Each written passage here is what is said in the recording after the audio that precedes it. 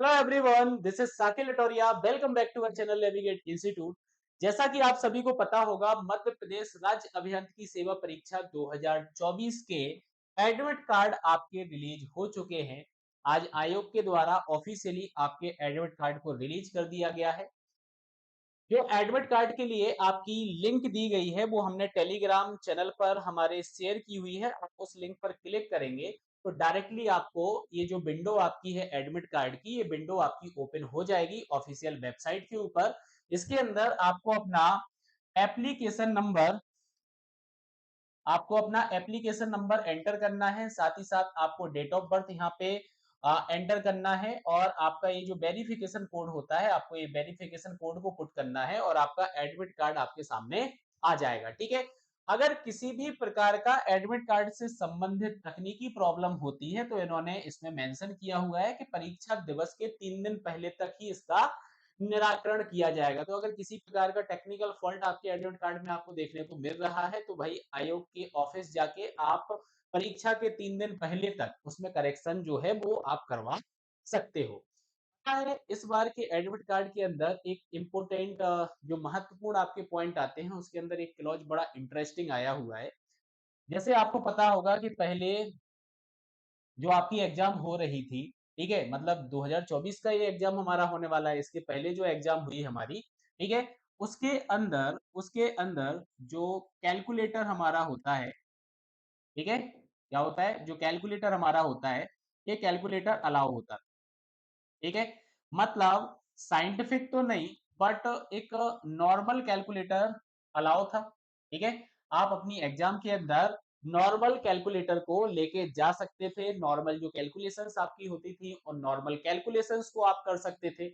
लेकिन इस बार जो एडमिट कार्ड आपका आया है, ठीक है, तो इंपोर्टेंट पॉइंट में डायरेक्टली यहाँ पे ओपन करे लेता हूँ। ठीक है, इंपोर्टेंट पॉइंट में यहाँ पे ओपन करे लेता हूँ। आप यहाँ पे देख सकते हो, ठीक है,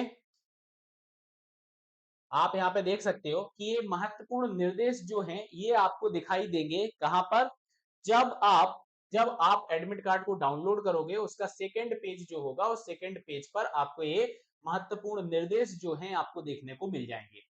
इस निर्देश के अंदर इन्होंने क्लियरली मेंशन किया हुआ है कि परीक्षा हॉल के अंदर, परीक्षा कक्ष के अंदर किसी भी प्रकार का mobile phone, pager and calculator, अब कैलकुलेटर में भी इन्होंने मेंशन कर दिया है किसी भी प्रकार का, मतलब ना तो साइंटिफिक ना ही नॉर्मल, ये दोनों प्रकार के कैलसी जो आपके हैं यहाँ पे लिखा हुआ है पूर्णता प्रतिबंधित हैं। मतलब नॉर्मल कैलकुलेटर भी इस बार की परीक्षा में आपका अलाउ नहीं है। विदाउट कैलकुलेटर आपकी ये परीक्षा होगी। ठीक है, मतलब आपको कैलकुलेटर लेके नहीं जाना है, न चाहे वो नॉर्मल हो चाहे वो साइंटिफिक हो, कोई सा भी कैलसी यहाँ पर अलाउ आपका नहीं है। ठीक है, तो ये चीज आपको यहाँ पे याद रखना है। ठीक है, अब देखो बहुत सारी चीजें इन्होंने यहाँ पे मेंशन की है। तो क्या होता है कि एग्जाम सेंटर पे हमें महत्वपूर्ण निर्देश नहीं पढ़ते हैं, एग्जाम सेंटर पहुंच जाते हैं वो बहस जैसी स्थिति बन जाती है।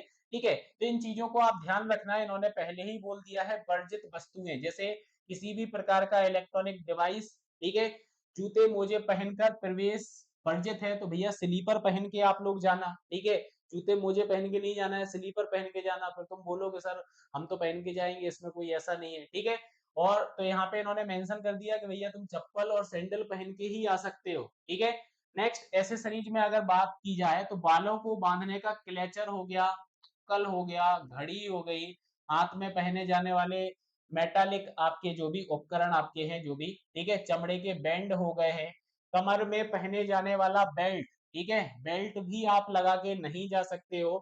धूप में पहने जाने वाले चश्मे हो गया, पर्स वॉलेट हो गया, टोपी हो गया, तो ये सारी आइटम्स जो हैं ये सारे आइटम्स आपके प्रतिबंधित हैं।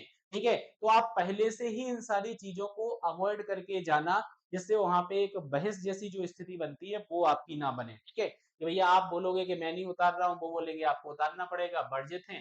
ठीक है, फिर प्रॉपर हो सकता है बहुत सारी जगह पे प्रॉपर रखने की व्यवस्था भी नहीं होती है, तो आप कहाँ पे क्या रखोगे। ठीक है, इसलिए आप इन सारी चीजों को अवॉइड करके ही जाना, लेके मत जाना। ठीक है, ये चीज आपको याद रखना है यहाँ पे। ठीक है, और बाकी यहाँ पे बहुत सारे पॉइंट जो हैं वो बहुत सारे पॉइंट यहाँ पे दिए गए हैं। ठीक है, ठीक है। जैसे आपको पता है कि हमारा पेपर जो होने वाला है, ये हमारा पूरा का पूरा पेपर ओएमआर बेस्ड होने वाला है। कैसा होने वाला है? ओएमआर बेस्ड हमारा पेपर होने वाला है। तो याद रखना है आपको कि जो ओएमआर सीट आपकी रहेगी, ओएमआर सीट आपकी रहेगी, उसके अंदर गोले वगैरह जो भरने हैं ना भैया, पेंसिल, रबर, व्हाइटनर, इनका यूज नहीं करना है। जैसे अभी हमारे मॉक टेस्ट चलते हैं ना, तो बहुत सारे बच्चे ये सोचते हैं हमने गोले भर दिए, उसके ऊपर व्हाइटनर लगा दिया या पेंसिल से गोला भर दिया, फिर हमने रबर से उसको साफ कर दिया। ये पूर्णतः आपका प्रतिबंधित है, ऐसा आपको मेन एग्जाम के अंदर नहीं करना है। ठीक है, ऐसा मेन एग्जाम के अंदर बिल्कुल भी नहीं करना है।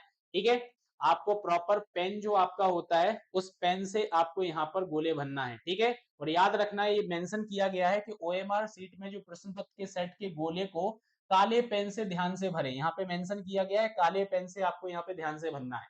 ठीक है, अगर गोला सही नहीं भरा गया तो दिक्कत यह है कि मूल्यांकन नहीं किया जाएगा आपका। ठीक है, और जितने भी आपके काम होंगे ना, वो सारे के सारे आपको काले कलर के डॉट पेन से करना है। ठीक है, और इवन आपका जो ओएमआर के गोले हैं, आप देखो यहाँ पे लिखा है सीट में सही उत्तर के गोले को भी काले डॉट पेन से ही भरें। ठीक है, मतलब ब्लैक कलर का आपको बॉल पॉइंट पेन जो आपका होता है, बॉल पेन जो आपका होता है, वो आपको यूज करना है। जेल पेन आप यहाँ पे बिल्कुल भी यूज नहीं करोगे। क्या नहीं करोगे? जेल पेन आप बिल्कुल भी यहाँ पर यूज नहीं करोगे। ठीक है, आगे बात समझ में। तो ये एडमिट कार्ड से कुछ निर्देश जो आए हुए थे वो मैंने आपको बता दिए हैं। एडमिट कार्ड आपके आ चुके हैं, आपके सेंटर अलॉट हो चुके हैं।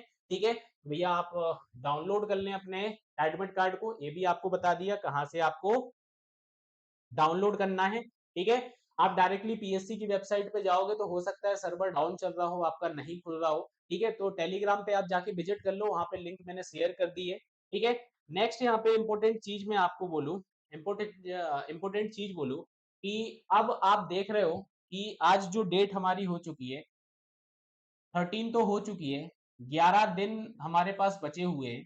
अब इस 11 दिन के अंदर हम क्या करें? इस 11 दिन के अंदर हम क्या करें? तो आप लोगों को पता होगा कि हमारे द्वारा आप लोगों को दो मोड में टेस्ट सीरीज प्रोवाइड की जा रही थी। एक तो ये हमारा अभ्यास बैच था, इसके अंदर हमने आपको एमसीक्यू क्वेश्चंस की भी प्रैक्टिस कराई है कि जितने भी आपके जो नया सिलेबस आपका आया था, और नए सिलेबस के अकॉर्डिंग आपका जो भी कंटेंट था, उसके अकॉर्डिंग आपको एमसीक्यू की प्रैक्टिस यहाँ पे कराई है। ठीक है, एमपी जीके की भी आपको अच्छी प्रैक्टिस इसके अंदर करा दी है। ठीक है, और बहुत सारे टेस्ट पेपर भी आपको कंडक्ट कराए हैं। बहुत सारे बच्चे थे, उनकी डिमांड थी कि सर अकेला मुझे पीडीएफ प्रोवाइड करा दीजिए, मुझे एमसीक्यू क्वेश्चंस नहीं चाहिए। तो मैंने आपको ये भी प्रोवाइड कराया था, जिसमें सिर्फ आपको पीडीएफ टेस्ट सीरीज हमने प्रोवाइड कराई थी। अगर आप ये टेस्ट सीरीज आपने लगाई होगी, ठीक है, या आप लोगों ने कहीं से भी इस टेस्ट पेपर को देखा होगा, ठीक है, वो जो लोग दे रहे होंगे उन लोगों को पता होगा कि पूरी टेस्ट पेपर जो आपका है एज पर पूरा न्यू सिलेबस आपका बनाया गया है, और इसके अंदर जो क्वेश्चंस को फ्रेम किया गया है, ऐसे क्वेश्चंस को फ्रेम किया गया है जो आपके बिना कैलसी के आपके सॉल्व हो जाते हैं। ठीक है, अब कुछ क्वेश्चंस ऐसे होते हैं जो टाइम टेकिंग होते हैं, लेकिन हाँ, फिर भी बिना कैलसी के आपके सॉल्व हो जाते हैं। ठीक है, तो एक अच्छा तरीका है, आप टेस्ट सीरीज ले सकते हो। अभी दोनों ही टेस्ट सीरीज पर ऑफर भी चल रहा है, 15% तक आपको 15% आपको ऑफ मिल जाएगा, एडिशनल ऑफ आपको मिल जाएगा।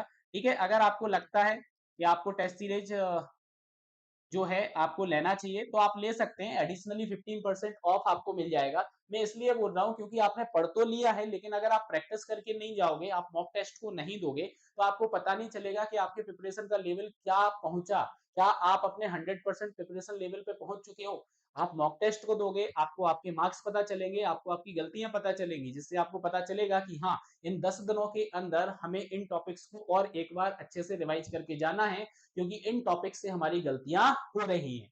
जैसा कि आपको याद होगा कि मैंने एक स्ट्रेटजी वाली वीडियो भी आपको बताई थी, उस टाइम पे मैंने आपको बताया था कि 90% जो हमारे मार्क्स हैं, जो हमारे एक यूनिट के अंदर जो हमारा सिंगल सब्जेक्ट आ रहा है, आप उसको कवर अप करो, क्योंकि एक सिंगल सब्जेक्ट के अंदर आपको 30 मार्क्स देखने को मिलेंगे, क्योंकि 10 क्वेश्चंस आपको एक यूनिट से मिलने वाले हैं, तो लगभग 10 मतलब 30 मार्क्स आपके वहां पे रहेंगे। ठीक है, उसके बाद मैंने आपको क्या बोला था, ये जो आपके एडिशनल, मतलब आपके लिए पता है जो बाउंसर का काम करने वाला है, जो हमारा यूनिट नंबर 10 है, अगर आप यूनिट नंबर 10 को पढ़ लोगे, ठीक है, तो आप एडिशनल मार्क्स लेके आओगे, क्योंकि ये यूनिट नंबर 10 के अंदर आपको पता होगा टोटल 5 सब्जेक्ट है।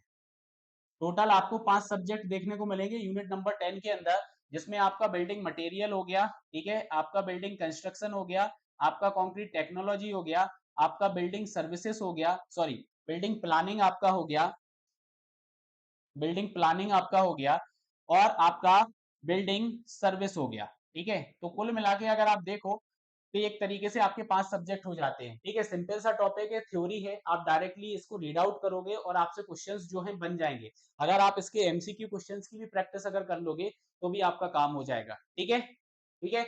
इसके बाद अगर बात करें तो एक आपका जो नया सब्जेक्ट आया है कंस्ट्रक्शन मैनेजमेंट, कंस्ट्रक्शन मैनेजमेंट, ठीक है।